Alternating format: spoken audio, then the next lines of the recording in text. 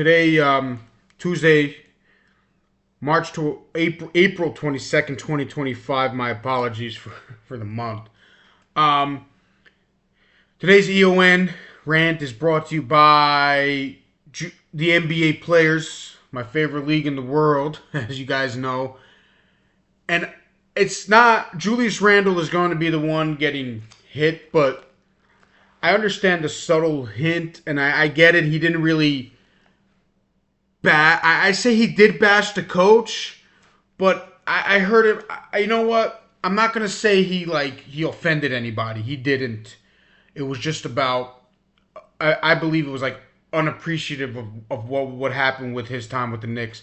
But here's my question. I have to ask, and I have a theory about it, but you guys tell me, because I have no idea.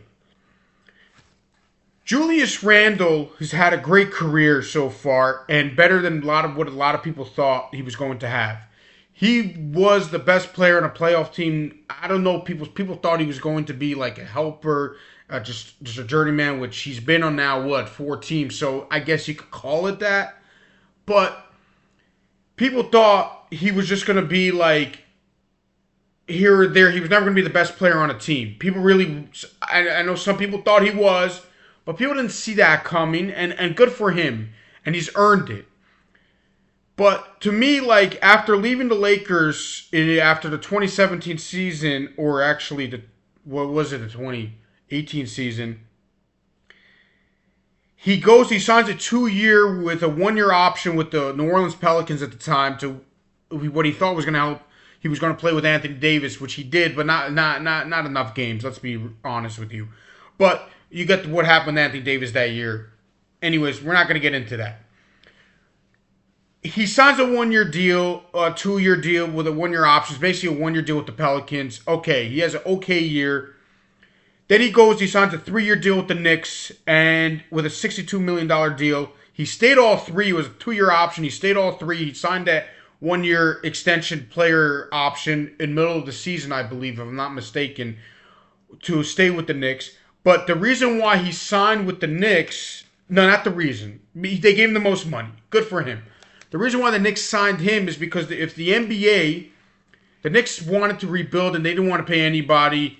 But the way the NBA works is, which I believe is a good thing, to tell you the truth, is that there's a salary minimum, not just a salary cap where you have to pay a luxury tax if you go over it, and then there are levels to luxury taxes. But you have to pay a minimum amount to fill up a team. And Julius Randle, the Knicks offered him that money to fill up the gap. And they thought they were going to have him for 2 years. He was going to be a stopgap player or whatever. And Julius Randle, to his credit, made them, not the first year with the Knicks, but the second and third year on that contract when he played with Brunson the third year, he made them a playoff team. And Knicks fans started getting excited. Remember the Trae Young games? That made Knicks fans excited. Good for him. No problem. So he goes to the Knicks, and he gets all that contract. But the Knicks gave you the opportunity, gave you the keys to the offense, gave you everything. Now, you worked at your game, no doubt about it. But my thing is, like, when these guys leave the team, and then the Knicks gave him another 4-year, $117 million contract to stay with the Knicks, and he had that interesting... and I think during those 2 years, the 2 years of the contract, he stayed with the Knicks. 1 year he was hurt, which was last year, if I'm not mistaken. And the next year he's on the Timberwolves. No. Next year will be his 3rd year. Whatever, you get the point. And he's going to make a 4th-year option. I'm not exactly sure, to be honest with you. But the point is, last year he was hurt.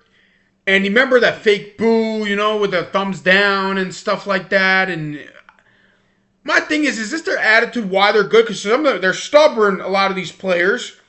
But they're sometimes stubborn or not realistic. When they come 35 years old, 36 years old, the question is, do they realize they're 35, 36? Yes, they know their body. They know they're 35, 36.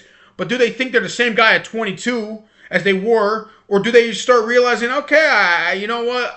I'm not the same guy. And a lot of guys do that. A lot of guys definitely do that. No doubt about it. But a lot of these guys, like, because they were 22 and stubborn, they're going to be 36 and stubborn the same way. Or they have to start realizing, a lot of them have to start realizing you're not the same guy anymore. It's just not how it works. And also at the same time, us people, us fans, start realizing we would trade their lives for them any day of the week. He's upset at the Knicks for trading him, kind of. He's upset that Tom Thibodeau wasn't happy. But before Tom Thibodeau showed up, because he showed up his second year with the Knicks weren't even close to a playoff team. No one even cared about the Knicks making the playoffs. And you sit there, and yes, at the end of the day, the players are the main reason why it happens.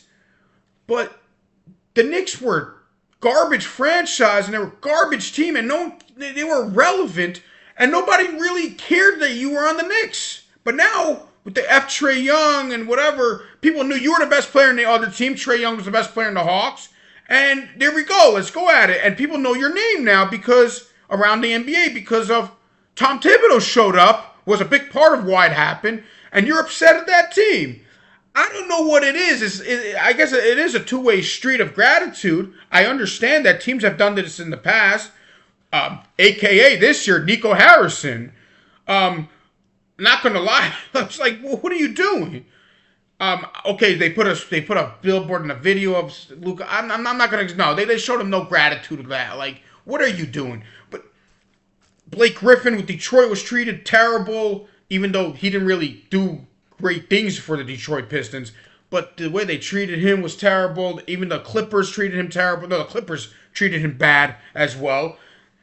But my thing is like, these players with gratitude, like, sometimes they do have gratitude, a lot of them. But is it because that's how they became big? And that's what continues them to be big? So that's my question to everybody. Because, like, they say the same things about business people. Like, Jeff Bezos makes billions of dollars, and it's like, is it enough? No, because it wasn't enough when he had nothing, when he had $5. So now when he has billions and billions of dollars, therefore he's going to have the same attitude and the same way of I guess what you call stubbornness, that he can't lose, and he's going to have to control everything. Is that how it works? Because I'm trying to understand this, and I guess that's why we never made it that big. To tell you the truth, we would trade lives with them in any second of the day. But I guess when you give and then when you give people something, like the Knicks gave him everything when it comes to money, they gave him the offense, and then they took it away from him. They said, "You're going to be the second guy to Jalen Brunson." He gets upset. He says, "This is my best opportunity in my career." Who's he taking a shot at? I don't understand. And you're not going to be the second guy. You're definitely not going to be the focal point of the offense for the Minnesota Timberwolves, because everybody knows who that is. So what are you talking about? Why are you so upset at the Knicks? Because you say you put the Knicks on the map? I just don't understand it. I'm just trying to figure out their minds, and we will never figure out their minds. But I'm trying to get like a point of like an understanding, not the whole thing, like a little bit of an understanding of like who they are and what their thoughts are a little bit. I just don't know. And because I'm gonna say this about like people giving you stuff, like the Knicks gave him whatever, they gave him the whole offense, they gave him all the money that no team was willing to give him, especially the first contract. And the reason why I say that is because, and I think it is related, is LeBron with the cookies in the Miami Heat. The Miami Heat were giving these people like LeBron cookies to go on the plane, and then one year they decided not to, so he's upset that they just stopped the cookies. He stopped the good cookies. The lady who's the baker on the plane didn't give him the cookies. I just like, yeah. I mean, I'll be honest with you. That I have some sort of resemblance, like some sort of understanding, because I worked in a company that at the beginning they gave us all this food, pizza every Friday, and then suddenly they gave us nothing besides like water. And you're like, yeah, that's not their job to give you cookies. And then you're just like, oh, it became a job. It used to become like a fun thing to talk to people, to come in the mornings and stuff like that. They even offered, I remember before I came, they offered like this guy a custom-made suit for the holiday season. And I'm just like, what is going on here? And then out of nowhere, they take away everything because we expected everything. We became entitled.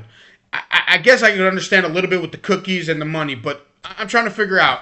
Please let me know in the comments about it. I believe the theory is once you give somebody something, they want either more or the same. If you give them less, even though it's millions and millions of dollars, they get upset. They don't like it, and they feel like you don't appreciate them.